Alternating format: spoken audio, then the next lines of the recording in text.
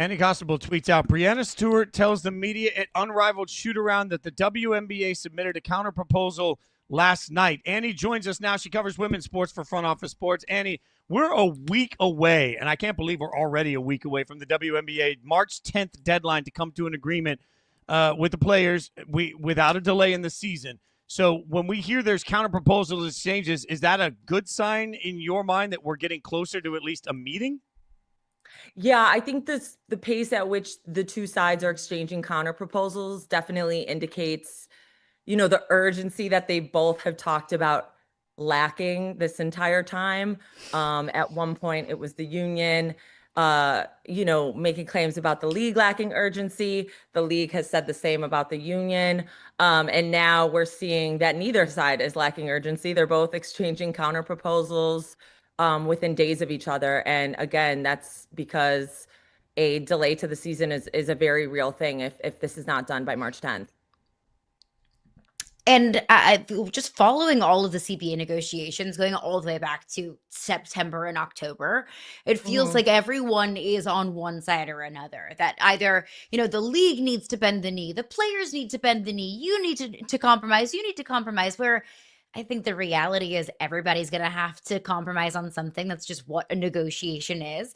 But from everything that you know about the situation and everyone that you have talked to, if we do miss games, if there is not an agreement by March 10th and the season is either shortened or, let's just say, worst case scenario, missed entirely, who do you think is to blame? That's a really good question, and obviously one that I think would evoke a lot of emotion from a lot of fans when they hear it, depending on what I'm about to say. And I may piss people off by kind of towing the line here or staying in the middle here, but I think there's no way to adequately place blame fully on either side. I think when you look at, as a whole, the league's response throughout the entire negotiating period, so going back to October or the fall when the players opted out in 2024, you certainly can, if you're the union, be bothered by the pace at which the league responded throughout this entire process, all the way up until the beginning of the year, when they wasted 6 weeks letting a proposal sit on the table that they did not respond to. So some, in that sense, would say, well, the league would be at fault here. And then others would look at, the way that the union has handled some of its communication around the proposal, some or around what it's seeking in the proposal, some of the pushback, and say, well, they've gone about this the wrong way in terms of their communication style and the way they've approached these negotiations. So I think depending on who you're talking to, you could place blame on either side. And for me, I do think the league's slow response to start the year definitely warrants criticism, valid criticism, and questioning in terms of, you have 2 expansion drafts to complete, free agency to complete, a regular collegiate draft to complete. And even if you didn't think the proposal on the table was valid, to just not respond at all is definitely worth criticizing, especially in this moment as we're coming up on this deadline. But as a whole, who would be at fault? I think that's a tough one to fairly answer. So we all know revenue sharing is like the number one thing that seems to be holding this up. Do you have a sense of where we are? How far apart is everybody on that right now? Yeah, I think what's the biggest hang up in this revenue sharing conversation is the system with which the both sides are proposing revenue to be shared and how that impacts the percentage of revenue that's being shared. The union is seeking gross revenue, which obviously is the revenue before any deductions are taken. The league is proposing a share of net revenue after certain deductions are taken off the top. And that percentage they're saying is 70% of net revenue. Okay. But when you look further at that, what multiple sources have consistently said is that percentage does not equate to more than 15% of total league revenue before deductions are made over the course of this deal that's on the table. And so it's not necessarily that net revenue would be a problem if that percentage was larger than, again, what's on the table, which is less than 15%.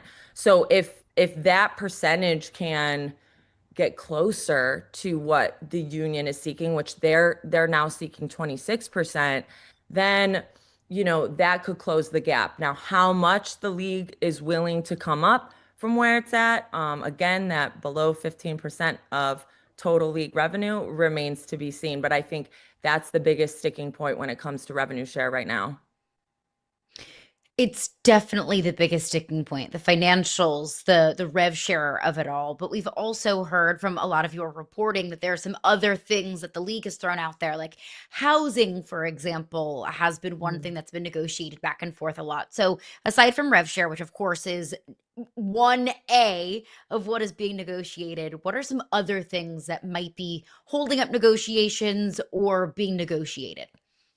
Obviously the salary cap, they both are still discussing where that salary cap will be at. The league just proposed 5.75 million. The union is seeking just below 9.5 million. You obviously see a huge gap there. And then again, it really is housing. The league has historically always provided housing to players. And what we know is the WNBA is a very unique league in the sense of its window that it plays. And so finding housing for players in this shortened window, in addition to, players that would potentially be in markets like New York, Chicago, San Francisco. I mean, I don't know about you guys, but seeking a lease in a market where are only available to sign potentially a 6-month lease in New York, like that's not an easy scenario. And so I think that's why there's such an emphasis on, ensuring that housing is provided at least for a period of time. Now whether this gets phased out for certain players down the road, I think that's something that we could potentially see happen. But in 2026, I think it's really important for the union that team provided housing remains on the table. And then I think another sticking point that will be interesting as this deal gets finalized. We know retirement benefits are important. But another really interesting point in all of this is the roster construction aspect. What we know right now is that in the league's proposal, 20% of the salary cap will go to the Supermax contract. Roughly 17% will go to the standard max. About 9% is going to go to rookies like Caitlyn Clark, who just popped on screen. So that is the middle tier is really getting squeezed here. And I think there's a lot of questions about how roster construction is going to work under this proposal. And what I also know is that similar to the league's proposal, which again has that 20% and 17% going to the max, the super max and the standard max, the union wants to see a super max at $1 million as well. And the emphasis on that being a priority brings into question how the rest of the rosters is going to shake out. Annie, we just had Caitlyn on the screen. I want to be fair, but also real for a second, right? Like there is one player in the W that tomorrow could call up Saturday Night Live and host it. There's one player in the W that has that level of platform that everybody pays attention to. Knowing that, while I'm not saying it's her job to come in and fix a league and fix a problem here, we haven't heard a lot from her. She hasn't really used her platform or her voice in a strong way in this process. How much obligation should Caitlyn feel at this point from her peers and from her league to stand up and try and help move this thing forward? I certainly don't want to speak for Caitlyn by any means, but what I've gathered, having covered Caitlyn for years now, even going back to Iowa, covering some of her tournament games at Iowa, I think she's always been a very calculated person. And in the current stage of her schedule, she's not playing anywhere right now. So her media obligations are very limited. So when you look at these other players who are being more vocal, it's not necessarily because they're going out of their way to speak to the media. They are obligated to in different settings, whether it be Unrivaled, Athletes Unlimited. Now, Neko Gumike, the president of the WNBPA, has certainly made herself available. Different members of the executive committee have certainly made themselves available. But when it comes to other players who are not necessarily in union leadership, that access has been limited. And so I get what you're saying in the sense of like Caitlyn is the face of the league. She has power.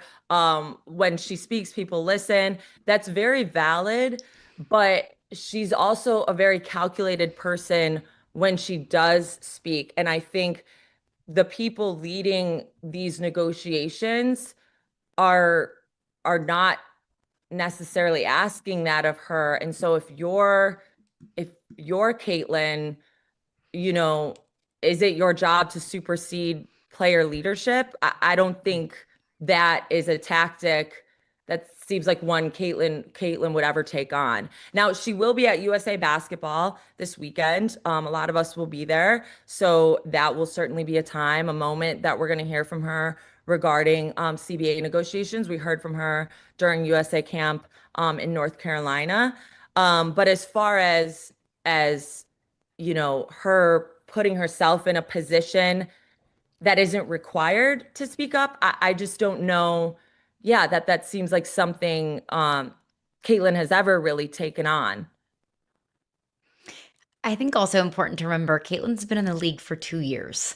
So there's a Yeah. lot of inner all fair. workings and All fair. minutia about the league that she might just not be familiar with because she hasn't been in the league very long. But Annie, You we've also got heard to from think Nafisa. about like if we're in a negotiation, right? And you're Mhm. the newcomer, you're like the young one who is still learning. Like, are you going to overstep or step in front of, the stalwart, the veteran who's like, been at this for years? I think it's not unlike, regular human nature, and maybe that sometimes we have to take a step back, I think, and think of it in those terms. And yes, while she has this star power, she is, to your point, only in year two. And so I think the trust in union leadership is something that maybe people don't want to overstep. Totally fair. Totally fair. But we've heard, speaking of that leadership from the league, Nafisa Collier and Brianna Stewart are both VPs of the WNBPA. They're also co-founders of Unrivaled, an off-season league that you cover Yeah. as well. What's the concern level that there might be a conflict of interest between two people who are financially invested in an off-season league, but also speaking on behalf of the WNBA? Yeah, I love this question, and I think it's a very fair talking point. And I think it's something we need to continue to kind of harp on. The reason at this stage I don't think it's fair to call it a conflict of interest is because when the league was founded, it was founded on the belief and the understanding that players could play elsewhere, that they could earn elsewhere. The league literally said, because there was a competing league that had higher salaries at the time and didn't want its players playing elsewhere. The WNBA was founded and allowed players to earn elsewhere. And so up until this point, we've seen rules put in place, whether it's prioritization, which is the main rule put in place to, again, force players to focus on the WNBA, to be back in market by the time training camp starts, et cetera, that is starting to indicate where the footprint is going, and that the league could one day be in a situation where it demands exclusivity, excuse me. However, it's not there yet. And so for Brianna Stewart and Nafisa Collier and honestly other players who are have stakes as players in these other leagues, Project B as well. This it needs to continue to come up, but the WNBA needs to put it without exclusivity. It's hard for the WNBA to walk back where it's been historically in terms of that allowance of players to play elsewhere. Now, the next CBA, 5 years from now, 6 years from now, whatever it is, I think that could be when we are looking at this from a very different perspective in terms of exclusivity and these players being, again, having ownership stakes in these other leagues. You guys can read her on Front Office Sports. You can follow her on social media at Annie Costabile. Annie, nobody's doing a better job of covering this. We really appreciate your time and your expertise on it. Thank you so much for the insight. Hope you'll come back when this is all settled and then help us break it down from your mindset at that point. Thank you so much for hanging out with us. Thanks for having me, guys.